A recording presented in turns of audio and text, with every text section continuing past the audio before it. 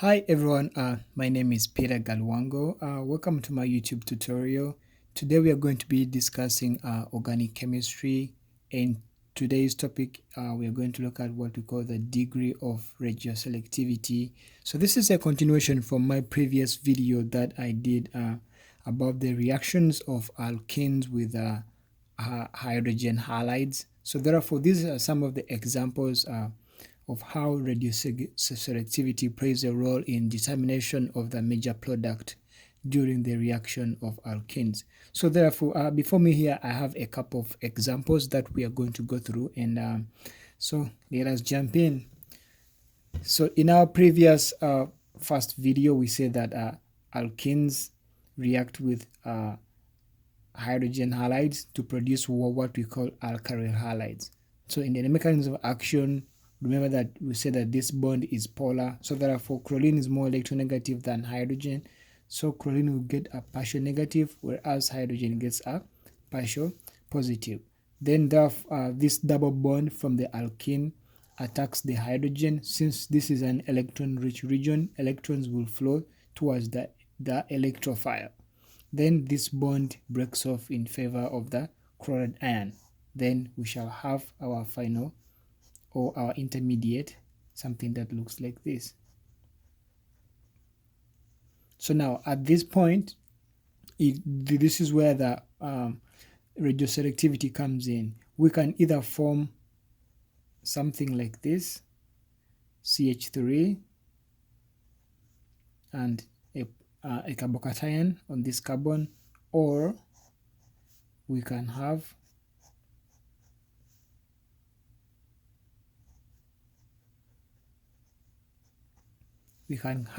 something like this.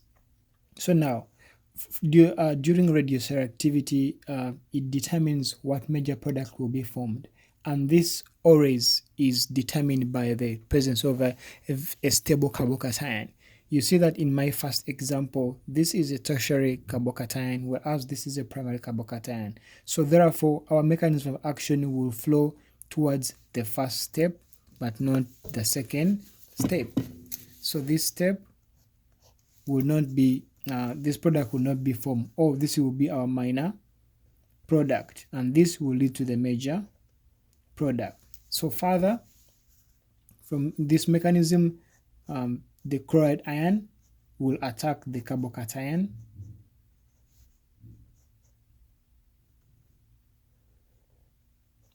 then we form our final product as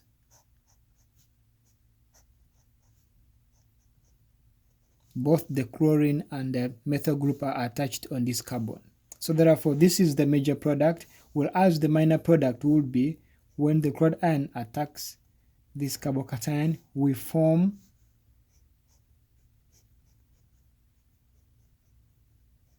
this. This is our minor product. So therefore, remember that during this type of reaction, we follow what we call Markovnikov's rule, that says that the electrophile adds preferentially to the sp2 carbon bonded to the most hydrogen. Like whoever has more hydrogen is added more hydrogen. So when you look at this first scenario, comparing these two carbons, this carbon had more hydrogens than this carbon. So therefore, that's why the hydrogen went to this to form the major product. Whereas if we decide our hydrogen to go to this other carbon, then we form an unstable carbocation. So let us go to the second example. So this time we are having this compound reacting with hydrogen bromide.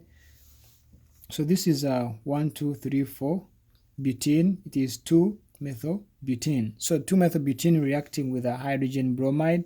So still the mechanism of action, bromine is more electronegative than hydrogen. So the pi electrons attack the electrophile, which is the hydrogen. Then this bond breaks off in favor of the bromide ion. Then we shall have CH3CH double bond CH3. So now I'm going to decide where to put the hydrogen. So remember that our double bond has broken. So one of these carbon this has one hydrogen, this doesn't have. So following Markovnikov's rule said one that has more hydrogen will be added more. So I'll add my hydrogen to this. Then I'll form a carbocation on this other carbon. Or another route is when I don't follow Markovnikov's rule, which is anti-Markovnikov's, and I say let my hydrogen be on this other carbon. So now if we are to examine these two compounds or these two structures, you see that this carbon is bonded to 1, 2, 3 carbons. So this is a tertiary carbocation, whereas this is a secondary carbocation because it is bonded to only 2 carbon atoms. So therefore, this gives our first product regioselectivity, and therefore it will lead to the major product. So we are going to continue our mechanism of action with our first product. So therefore, CH3CH2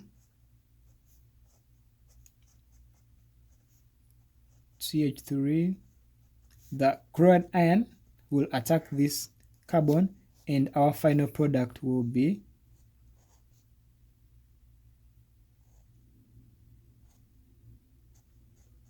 something like that if I use skeletal structure, or if I use condensed structure it will be something like this.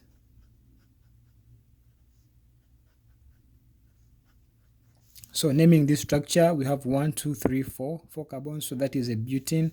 So we have 2 chloro, 2 methyl, butane. Okay, let's go to another product example. So we have this other compound. We have a pentene with a methyl group, so methylpentene, 1 methylpentene reacting with hydrogen bromide. So this is partially negative, partially positive. Pi electron attack the electrophile. This bond breaks off in favor of iodine. Then we form, then we form a carbocation. So I can decide to put my carbocation on this carbon,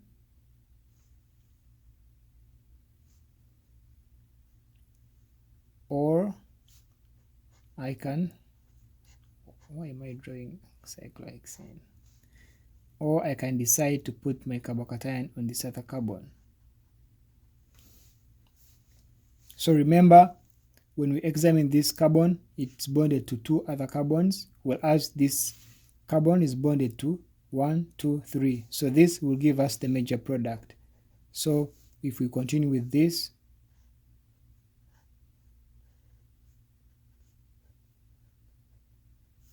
so when the iodide ion attacks this carbon, then we get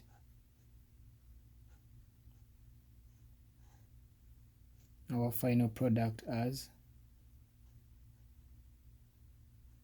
that. So both methyl and iodine are attached to that carbon. Okay, so let us drop down to another example. So still mechanism of action, still the same. Electronegativity, chlorine is more electronegative than hydrogen, so we get an electrophile here. So the pi electrons attack the electrophile, the bond breaks in favor of chloride ion. Then, so we use Markovnikov's rule, so the hydrogen goes to the carbon that has more. If we don't follow Markovnikov's rule, the hydrogen will go on this carbon, hence forming a carbocation, a primary carbocation on this carbon. So therefore, if we follow Markovnikov's rule, the hydrogen will go on this carbon and we form a carbocation on this other carbon, giving us CH3, CH3, CH2, CH2, CH3 with a carbocation. Now this is a second tertiary carbocation. Well, as if we didn't follow Markovnikov's rule, our hydrogen would go on this carbon, giving us a primary carbocation. So now here the chloride ion attacks the carbon. Then finally we have our final product like this. I hope you're following along and you see how radioselectivity helps in determination of the major product. So therefore this compound is 1, 2, 3, 4, 5, that is pentane. So that is 2-chloro, 2-methyl, pentane. And finally, so we have this other compound, which is butene. So butene mechanism still the same: electronegativity, partially negative, partially positive. Pi electrons attack the electrophile, the bond breaks in favor of the bromide, then you get a CH3CH. So now when we look at this point, both carbons have the same hydrogen, so it doesn't matter which carbon you give, we shall still get the same answer, we shall get the same product. So therefore our bromide attacks the carbon, and then we form our final product as CH3, CH2, CHBr, CH3, which is 2-bromo-butane. So hope you've understood how radioselectivity plays a role in determination of the major product. So thank you very much for watching.